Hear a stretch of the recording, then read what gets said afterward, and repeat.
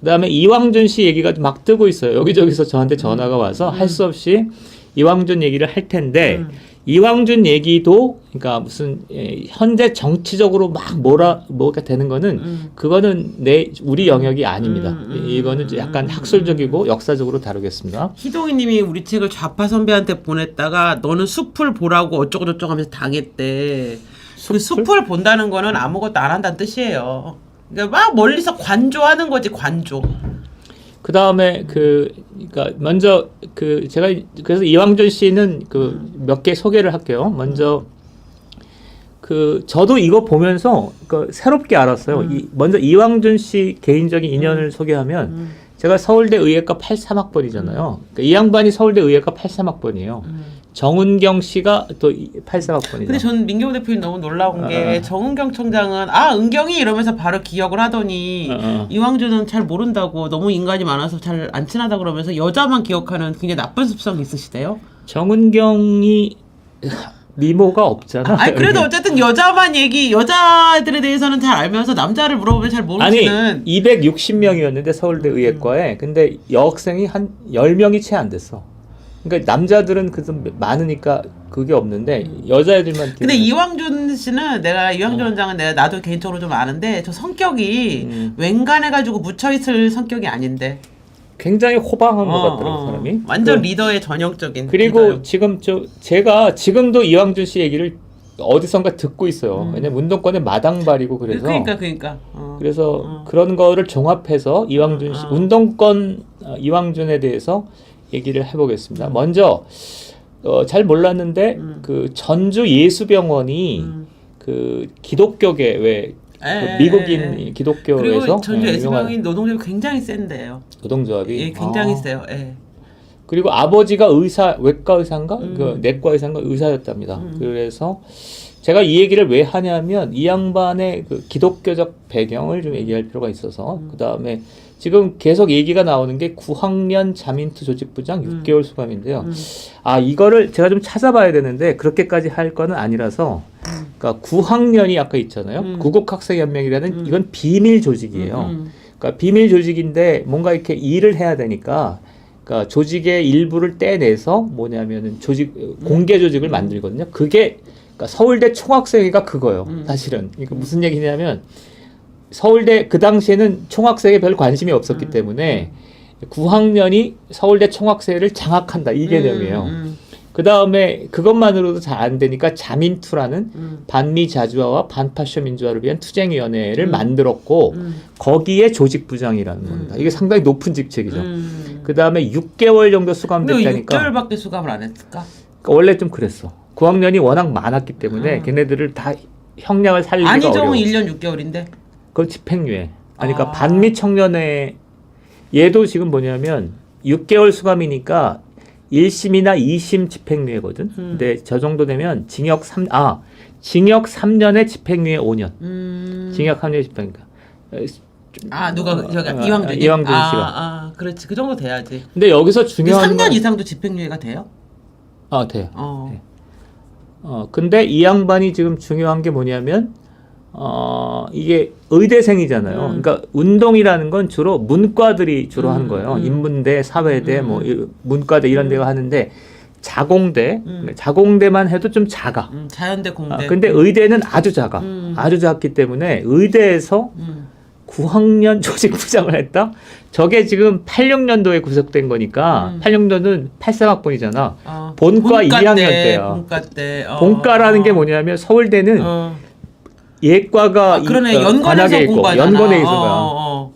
그러니까 연건에서 조직부장을 한 거야. 그러니까 제정신이 아닌 거지. 학교를 안 다녔다고 봐야 되는데 그러니까. 저 정도면?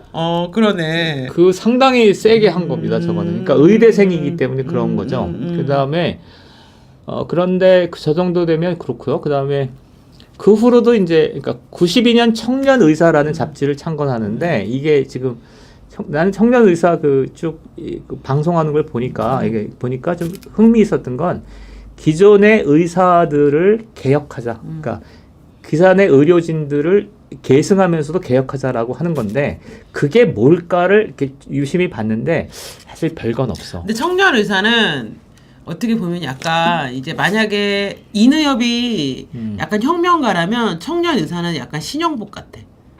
그러니까 뭐냐면 이느협이 있잖아요. 의료계 진보 의료계가 두 개가 있거든요. 이느협 인도주의 실천 의사협의회가 있잖아요.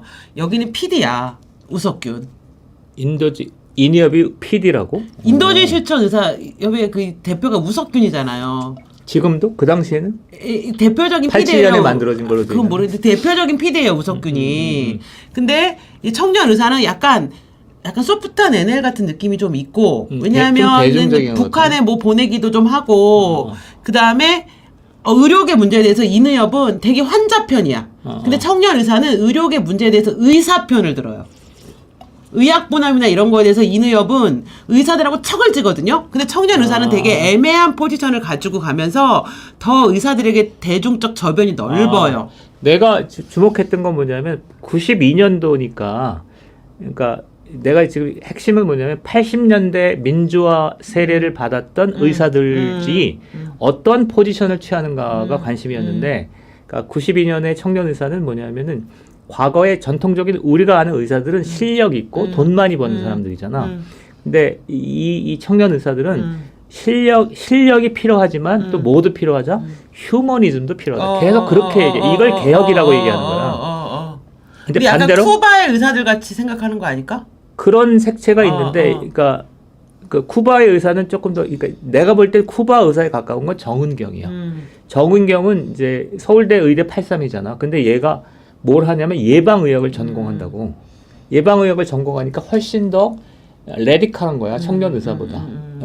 근데 어쨌든 이느협하고 청년 의사는 좀 다른데 청년 의사는 의료계 문제에 대해서 의사들하고 척을 지지 않아요. 이느협은 척을 져. 그냥 자기가 하고 싶은 얘기 막 해버려. 막 사회주의 의사처럼 얘기를 하는데 청년 의사는 의료계의 요구를 담아서 움직이기 때문에 훨씬 대중적이고 훨씬 소프트해요. 그런 것 같아. 내가 볼 때 이왕준 씨가 저렇게 걷는 궤적이 그렇게 과격한 궤적 같지가 않아. 그러니까 기존의 의료와 이렇게 연동이 되면서 뭔가를 하는 거지. 그거와 이렇게 척을 지면서 하는 것 같지는 않아요. 그러니까 척을 지는 사람이 그게 있다가 이왕준의 힘이에요. 이 사람은 의사를 하면서 운동가이기도 했지만 사업가로도 굉장히 수완이 좋은 사람이거든요. 그래서 그 사랑병원, 인천 사랑병원, 그 사랑병원 명지병원 얘기를 사랑병원을 이제 인수를 하잖아요. IMF 때 인수를 한 걸로 그 원장이 된다고. 근데 사랑병원이 중소병원인데 사랑병원이 적자병원이었다고요. 그걸 인수를 해갖고 이왕준이 사랑병원을 인수한 이후에 어떤 일이 벌어졌냐면은 TV를 트잖아요. 문학 경기장에서 하는 모든 야구 경기에는 사랑병원 응급차가 나오는 거예요. 그러니까 인맥도 좋고 사업 수완이 있으니까 그러면서 사랑병원이 확 커요. 돈을 많이 번다고. 인천에서는 돈을 제일 많이 버는 병원이 되니까 명지병원을 사면서 대학병원, 서남대 병원 이렇게 했고 대학병원 원장이 되는 굉장히 사업가로는 내가 본 의사 중엔 가장 사업가적 수완이 뛰어난 사람이야. 29년. 거기까지가 이제 일단 지금 세 그룹이 있잖아. 그러니까 학생 운동을 한 게 있고 그다음에 청년 의사, 사랑병원, 명지병원 이게 있고 그다음에 2015년 메르스 뭐 잘 몰라서 전염병 사태가 났을 때 굉장히 적극적으로 뭘 했다 이런 게 있고 그다음에 마지막으로 인상적인 거는 그러니까 이 9학년 정도 했으면 전부 다 유물론자들이에요. 마르크스의 영향을 받아서. 근데 좀 이따 보여드릴 텐데 그러니까 마태복음 6장 33절을 인용하면서 그러니까 당신은 의사로서의 소명감이 뭐냐라고 했는데 저 아버지가 의사고 그 다음에 전주 예수병원 그 전통 속에 있었는지 모르겠는데 먼저 하느님의 나라와 의를 구하라. 저는 이 얘기는 많이 들었는데 이 얘기 과정에서 이왕준의 표정을 좀 봤어. 성스러워. 아니 근데 좀 솔직하게 얘기하는 것 같아. 표정이. 이게 거짓말. 근데 이왕준 원장은 개인적으로 봐서 알겠지만 항상 솔직하게 말하는 것 같아. 사람이 꾸밈이 없고 되게 걸쭉하게 말하잖아요. 그러니까 이 사람은 거짓말을 해도 진짜 같아. 근데 좀 약간. 근데 사기친 거야? 모르지 그거야. 근데 약간 거짓말을 해도 진짜 같고 기가 세기 때문에 조금 믿을 수가 없어. 그래서 나는 이제 이왕준 원장에 대해서 여러저런 얘기까지 하면서 심지어 누구는 간첩아니냐 얘기까지 했거든. 근데 잘 모르겠어 이 사람을. 그래? 근데 겉으로 보여지는 모습은 어쨌든 굉장히 유능한 사업가적 기질을 가진 의료인으로서의 어떤 자질은 모르겠어. 근데 사업가적 기질이 있는 굉장히 유능한 의사였거든. 근데 실제로 이 사람의 속에 대해서 여러 가지 썰들이 있는데, 근데 만약에 지금 뭐 여기저기서 뭐 이왕준이 뭐 주사판에 어쨌든 내가 잡힐 정도면 간첩은 아니겠지. 그렇게 허술하면 간첩이 아니겠지. 근데 뭐 간첩이냐 이런 얘기까지 있을 정도로 너무 이렇게 겉으로 보는 포커페이스가 굉장히 대단한 사람이에요.